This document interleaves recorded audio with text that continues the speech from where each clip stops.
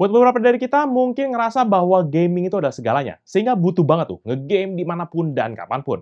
Nah, keinginan tersebut bisa banget tuh diwujudkan dengan mini PC yang menjelma jadi seperti konsol dari brand One X Player yang satu ini. Seperti apa detailnya? Let's check it out!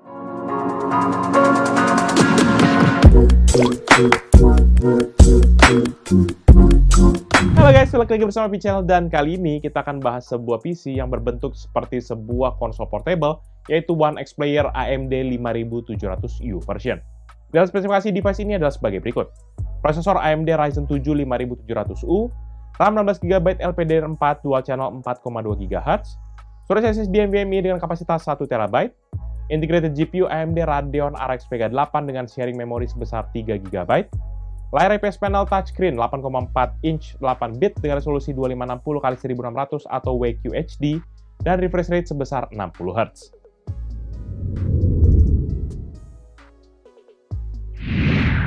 Di bagian desain, device ini sendiri memiliki bentuk yang sebenarnya konsol banget, di mana terdapat dominasi layar di tengah dan juga ada kendali di sisi kiri dan kanan layarnya. Secara warna, konsol ini dominasi oleh warna hitam, di mana warna hitamnya ini tuh ada juga kombinasi dengan warna orange. Dan sementara di bagian bodinya, konsol ini sendiri masih menggunakan bahan plastik. Hal ini memang menjadikan durabilitasnya kurang kuat, tapi di sisi lain bisa jadi lebih ringan unitnya. Dari bentuk sih, memang konsol ini kelihatan bongsor dan gede banget. Bahkan jika dibandingkan dengan Nintendo Switch, maka konsol ini jauh lebih besar. Dengan dimensi 28,8 x 13 cm dan ketebalan 2,1 cm dan berat 819 gram, menjadikan konsol ini tuh memang nggak se-portable yang dibayangkan. Walaupun ada juga sih yang versi mininya. Dan di Pichel sih sebenarnya to be honest ini ukurannya oke aja, karena tangan Pichel juga agak gede kan, sehingga nggak terlalu kebanting banget lah ukurannya. Tapi ya nggak bisa ngarepin main sambil tiduran begitu, bye-bye jatuh ketimpa muka kan amsyong ya kan. Nanti mulai dari depan ada sebuah layar berukuran 8,4 inci di tengah yang diapit dengan kendali di sisi kiri dan kanannya. Mulai dari kiri ada tombol back, sebuah analog joystick, satu tombol D-pad, dan tombol untuk show desktop. Sementara di sisi kanan ada tombol start, 4 buah action button yaitu X, Y, A, dan juga B, satu analog joystick, satu tombol keyboard and mouse mode, dan juga satu tombol turbo mode. Untuk kendalinya juga ada tuh tambahan trigger button masing-masing 2 tombol yaitu L1, L2 di sisi kiri dan R1, R2 di sisi kanan. Sementara di bagian belakang konsol ada juga 2 buah lubang untuk ventilasi, 1 tombol untuk mute dan 2 tombol untuk volume up dan juga volume down, serta sebuah tombol power yang berbentuk bulat. Pichel awalnya beranggapan bahwa tombol tengah ini tuh bisa jadi fingerprint karena bentuknya tuh sangat fingerprintable banget. Tapi sayangnya di model ini tuh semua hanya harapan palsu, karena ini hanya tombol power biasa aja. Sebenarnya sih ini tuh harusnya fingerprint, cuma itu buat model yang dari Intel aja. Kalau yang versi AMD bukan fingerprint jadinya. Namun terlepas akan zongnya itu, namun yang menarik di sini adalah hadirnya sebuah kickstand metal yang menyatu dengan bodinya. Sehingga kita bisa letakkan ini di meja dan tinggal pergunakan keyboard dan mouse ataupun controller tambahan. Tapi kalau buat kita yang mungkin mau lebih pas, sebenarnya di bagian bawah device-nya tuh terdapat 5 pin yang bisa dihubungkan dengan aksesoris keyboard yang sayangnya kita harus beli secara terpisah. Terakhir di bagian desain yaitu I/O port-nya, di mana yang terfokus ada di sisi atas dari device. Mulai dari kiri terdapat 3,5 mm combo audio port, 2 port USB Type-C 3.2 Gen 2 dengan power delivery dan juga DisplayPort support, 1 port USB Type-A 3.0 dan sebuah slot microSD card reader, dan ditemani juga dengan sebuah LED indikator. Di bagian port sih, to be honest, memang ini nggak terlalu advance, dan tergolong bukan yang paling top. Tapi minimal portnya ini tuh tergolong oke lah untuk device sekecil ini.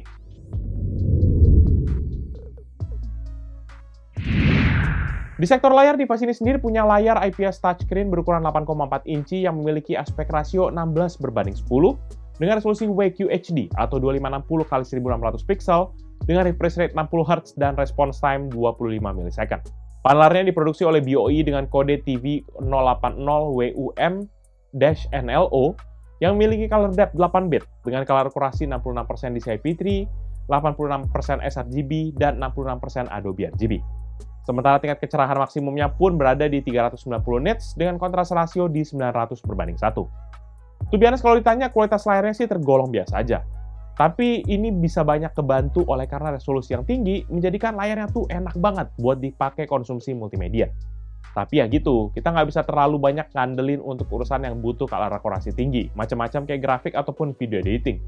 Cuma kalau memang kita nggak terlalu ngaruh-ngaruh amat soal kalkulasi, ya saran Pical hajar baik aja buat ngedit. Nanti layar ini akan dikelilingi dengan bezel yang tergolong tebal, yaitu 1,1 cm di sisi kiri dan kanan, 0,7 cm di sisi atas dan bawah, yang dimana di bagian bawah ditemani dengan logo One X Player berwarna silver. Dan karena ini bukan laptop, jadinya nggak ada tuh engsel di device ini. Adanya hanya kickstand yang tadi udah Pical bahas di bagian desain. Kickstand-nya pun juga bisa mendukung kemiringan device hingga 135 derajat, terutama ini akan sangat berfungsi buat kita yang capek nge-game dan kita langsung konsumsi konten buat kita taruh di atas meja.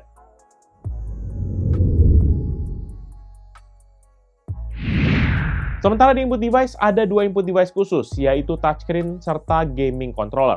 Dan sayangnya untuk device ini absen semua input device standar yang macam-macam ada di laptop, kayak keyboard ataupun untuk touchpad.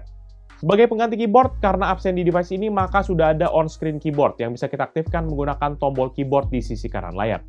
Cuma yang kurangnya adalah on-screen keyboardnya ini yang ditampilkan tuh adalah aplikasi keyboard yang masih tradisional, bukan yang integrated dengan Windows 11. Jadi tampilannya agak kurang aja menurut Pical.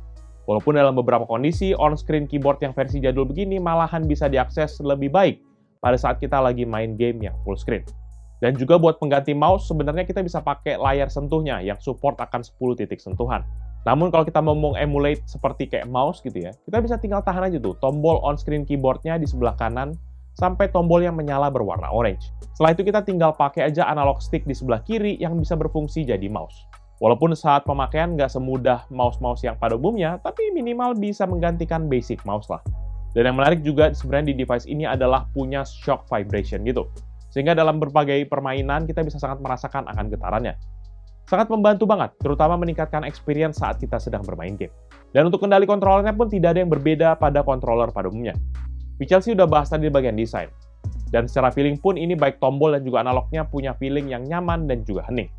Dan kalau memang kita tujuannya buat nge-game, ini bakal enak banget dengan hadirnya controller secara built-in begini. Dan buat yang penasaran, berikut ini adalah contoh suara feedback dari controller One X Player AMD 5700U version. Check this out.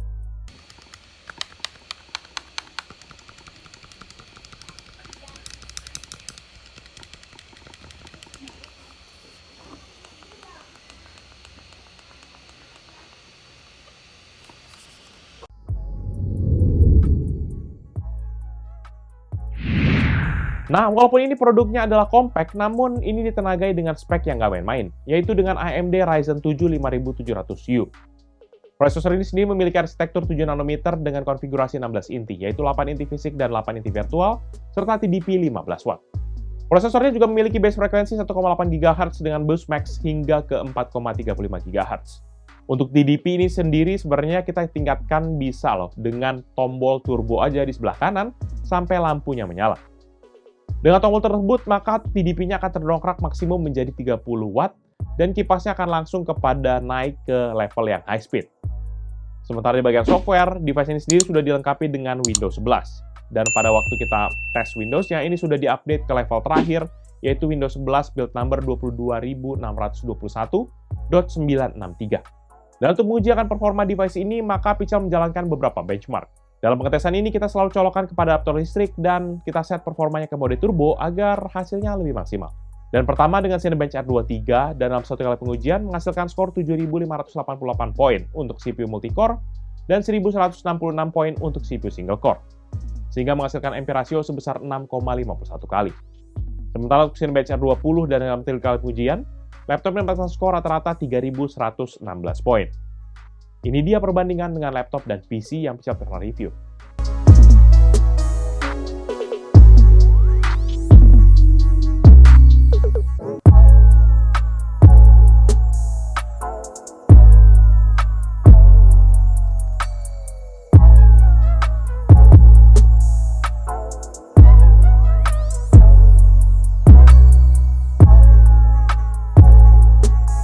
Selanjutnya untuk tes rendering BMW di Blender, maka device ini dapat menyelesaikan satu frame dalam 3 kali pengujian dengan waktu rata-rata 5 menit 5 detik untuk CPU test dan 8 menit 4 detik untuk GPU test.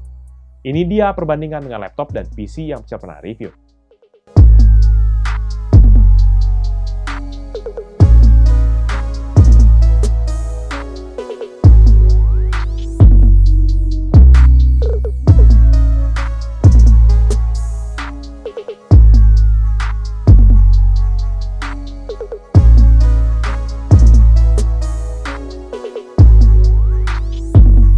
Selanjutnya kita tes kemampuan renderingnya via Adobe Premiere menggunakan Pixel Premiere Benchmark. Dan device ini berhasil menyalin project 15 klip 4K dengan format H264 dan juga preset quality 4K dalam waktu 10 menit 20 detik. Ini dia perbandingan dengan laptop dan PC yang bisa pernah review.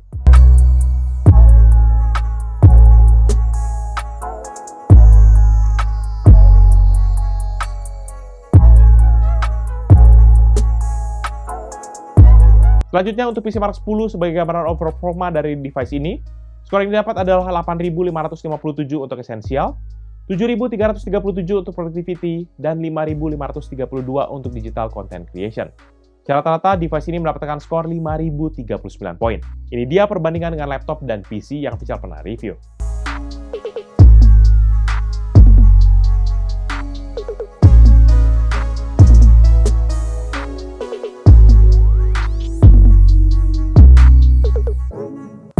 Di sektor grafis, device ini hanya mengandalkan integrated GPU yaitu AMD Radeon RX Vega 8 yang memiliki 8 competition unit dan terdiri dari 512 unified pipeline, frekuensi di 1,9 GHz dan dengan arsitektur RDNA 1. Dan untuk menguji performa GPU-nya, pertama kita akan jalankan 3D Mark Time Spy. Dan hasilnya untuk grafik mendapatkan skor 1284 dan CPU skor sebesar 6312 poin. Sehingga secara rata-rata mendapatkan skor 1458 poin. Ini dia perbandingan dengan laptop dan PC yang Pichal pernah review.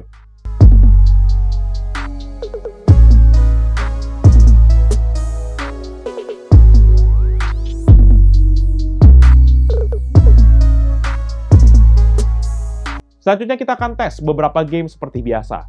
Dan dalam pengetesan kali ini kita akan menurunkan resolusinya mayoritas ke 1280x800 dan penyesuaian di graphic setting untuk target bisa di playable frame rate. Sementara nggak lupa juga masih tetap Pichal colokkan di adaptor listrik serta di mode turbo. Untuk game pertama yaitu GTA 5 dengan resolusi 1280x800 dan setting high, average frame rate di 71,6 dengan maksimum 269,7 dan minimum 48,3 fps. Untuk CSGO dengan resolusi 1080x800 dan setting high, average frame rate di 63,7 dengan maksimum 101,4 dan minimum 10,8 fps. Untuk Dota 2 dengan resolusi 1080x800 dan setting best looking, average frame rate di 67,9 dengan maksimum 78,5 dan minimum 49,2 fps. Untuk FIFA 23 dengan resolusi 1080x800 dan setting low serta dynamic resolution scaling on, average frame rate di 23,4 dengan maksimum 61,3 dan minimum 8,6 fps. Untuk Need for Speed Heat dengan resolusi 1080x800, setting low dan juga dynamic resolution scaling on, average frame rate di 41,7 dengan maksimum 85,5 dan minimum 25,3 fps. Terakhir untuk Genshin Impact dengan resolusi 2560x1600 dan setting low, average frame rate di 25,8 dengan maksimum 33,9 dan minimum 18,6 fps. Di bagian storage, laptop ini sendiri mempergunakan SSD NVMe dengan kapasitas 1 TB dari brand One Netbook. Ini brand-brandnya agak generik ya guys. Dan untuk storage-nya sendiri sih masih mempergunakan akan interface PCIe 3.0. Dan untuk pengujian kecepatan storage-nya, seperti biasa Pichal menggunakan Crystal Disk Mark. Dan hasilnya untuk sequential 1 MB dengan 8 tas 1 thread, sebesar 2,4 GB per second untuk membaca data, dan 1,9 GB per second untuk menulis data. Sedangkan untuk urusan data kecil random 4 KB dengan 1 tas 1 thread, ada di 51 MB per second untuk membaca data, dan 117 MB per second untuk menulis data. Di bagian performa, device ini sendiri sebenarnya punya spek yang tergolong tinggi dengan form factor yang compact begini ya. Dan memang karena device ini untuk gaming, maka ekspektasi kita tuh pasti gimana lah ya untuk performa urusan gamingnya. Nah, sebenarnya di sini yang akhirnya akan menjadi mixed bag lah, antara oke dan nggak oke. Performa buat jalanin game AAA-nya sih sebenarnya tergolong biasa aja. Tapi dengan catatan kalau resolusinya diturunin dan juga settingnya paling rendah buat kita nyaman mainin gamenya. Secara spek sih, kalau ngelihat hasilnya begini, maka Pichal bisa bilang hasilnya jelas masih di bawah dari Steam Deck. Wajar, karena memang ini masih pakai GPU yang RDNA 1 dan bukan yang RDNA 2. Lanjut, secara pendinginan pun device ini tuh dilengkapi dengan 2 kipas yang akan memberikan pendinginan ke CPU dan GPU-nya ke bagian tengah. Nanti udara panas akan keluar dari bagian atas dari device, yaitu di samping kiri dan kanan dari I/O port-nya. Dan dalam ruangan AC 24 derajat Celcius serta device dalam keadaan tercolok adaptor listrik, maka laptop ini berada di range CPU usage 0,4%, temperatur 45 derajat Celcius, daya 3,7 Watt, dan frekuensi rata-rata 2,1 GHz yang sesekali spike hingga ke 3,4 GHz. Dan saat stress test dengan idle 4, maka frekuensi prosesornya naik ke 2,8 GHz, temperatur 67 derajat Celcius, dan daya 25 Watt. Peak ini nanti hanya bertahan sekitar 6 detik aja, dan dayanya langsung melandai ke level 19 Watt, kemudian selama 5 menit 25 detik ke depan, dayanya mulai stabil di 15 Watt, dengan frekuensi 2,2 GHz dan temperatur 57 derajat Celcius. Daya tersebut nanti berada di watt yang sama selama 23 menit. Kemudian setelah 23 menit yang tadi, Pichel aktifkan mode turbo di tombolnya. Dan hasilnya dari daya 15 Watt itu langsung naik ke level hingga ke 35 Watt sesaat dan mulai melandai di 30 Watt. Frekuensinya juga ada di 3,1 GHz serta temperatur di 83 derajat Celcius. Kondisi nanti hanya bertahan selama 4 menit 48 detik dan akhirnya dayanya melandai hingga 25 Watt dengan frekuensi di 2,9 GHz serta temperatur di 75 derajat Celcius hingga akhir pengetesan. Sesudah itu kita akhiri pengetesan dengan total durasi pengetesan 1 jam 46 menit. Selanjutnya untuk suhu body device-nya, di kondisi testing baterai modern office, maka setelah 30 menit pengetesan, suhu panasnya ini tuh paling tinggi ada di bagian kiri device, dekat dengan analog stick. Di area ini panas rata-rata 36 dengan maksimum 41 dan minimum 30 derajat Celcius. Sementara di sisi belakang ini tersebar merata kecuali di sisi gripnya yang memang agak hangat di sebelah kiri. Di area ini tuh panas rata-rata 30 dengan maksimum 35 dan minimum 25 derajat Celcius. Kemudian saat stress test, maka panas terfokus di area yang sama dekat dengan analog joystick sebelah kiri, namun di sisi kanan juga mulai berasa hangat. Di area depan ini nanti panas rata-rata 35 dengan maksimum 42 dan minimum 25 derajat Celcius. Sementara di sisi belakang ini tersebar mirip seperti yang pengetesan sebelumnya, di mana titik ini tuh panasnya rata-rata 30 derajat dengan maksimum 36 dan minimum 24 derajat Celcius. Panas paling tinggi itu sebenarnya ada nanti di paling atas tempat exhaust-nya. Di titik ini tuh panas rata-rata 32 dengan maksimum 52 derajat dan minimum 25 derajat Celcius. Untung aja kan, panasnya tuh ketiup ke atas kan ya. Kebayang kalau misalnya itu panasnya ketiup ke belakang. Tapi tetap aja, tangan kita akan tetap terasa hangat dalam permainan jangka panjang. Terutama kayak 1 jam ke atas gitu deh.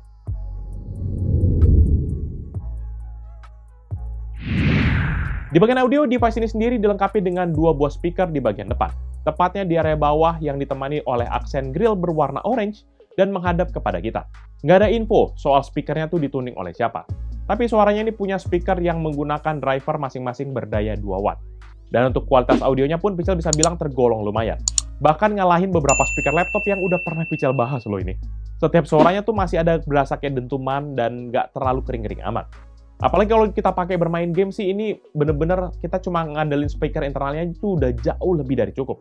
Dan waktu kita tes untuk kekerasan suaranya gitu ya, dan kita uji di volume maksimum, maka speakernya dapat menghasilkan suara rata-rata di 80,9 desibel dengan maksimum hingga 89,4 desibel.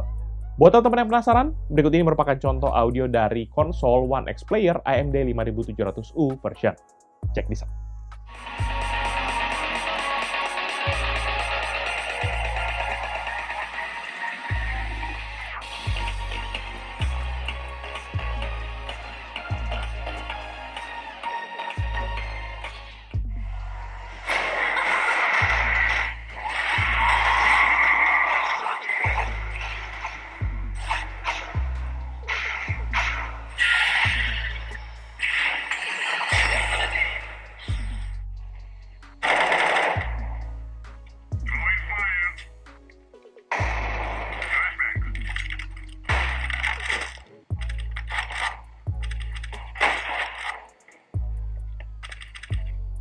Sementara di bagian konektivitas, device ini sendiri hanya dilengkapi dengan Wi-Fi dari MediaTek RZ608 yang support Wi-Fi 6E802.11ax.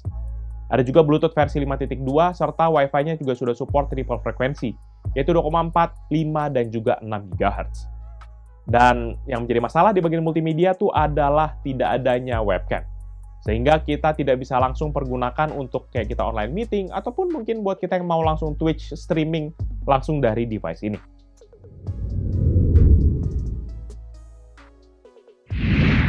Di bagian baterai, device ini sendiri dilengkapi dengan baterai internal dengan kode HD627138 dengan kapasitas 58.900 mWh dan berbahan lithium ion. Dalam pengujian baterai menggunakan PCMark 10 dengan skenario Modern Office dan Medium Brightness, maka device ini dapat bertahan selama 6 jam 20 menit dari 100 hingga 6% baterainya. Sehingga buat dipakai browsing ataupun kerja seharian, computing ringan harusnya nggak ada masalah. Masih tergolong panjang lah durasinya. Dan karena ini buat gaming, maka Pical tes juga dengan mode gaming plus full brightness. Dan hasilnya, device ini dapat bertahan selama 1 jam 23 menit dari 100 hingga 6% baterainya. Nah, di sini yang jadi problem, karena durasi begini tuh sebenarnya tergolong pendek, terutama untuk sebuah unit game konsol portable. Konsol-konsol lain tuh rata-rata pasti bisa kayak di 2 jam, 3 jam ke atas lah minimal. Tapi ini tuh hanya setengahnya aja, yang bikin durasi mainnya tuh tergolong pendek banget. Tapi nanti kalau baterainya mau habis, kita bisa isi aja dan kita diberikan dengan charger berdaya besar namun yang compact banget, kayak charger handphone gitu. Dan charger bawahnya ini tuh memiliki output maksimum 20 volt 3,25 ampere atau total daya 65 watt. Dan untuk pengisian dayanya dari 8% hingga 100% membutuhkan waktu 2 jam 39 menit dalam kondisi device hidup dan sedang tidak digunakan. Ini menurut Pical tergolong lama ya, karena sejujurnya biasanya kan rata-rata hanya di 1 jam doang. Agak disayangkan sih, ini tuh chargernya udah kecil tapi kok ngisinya lama banget gitu.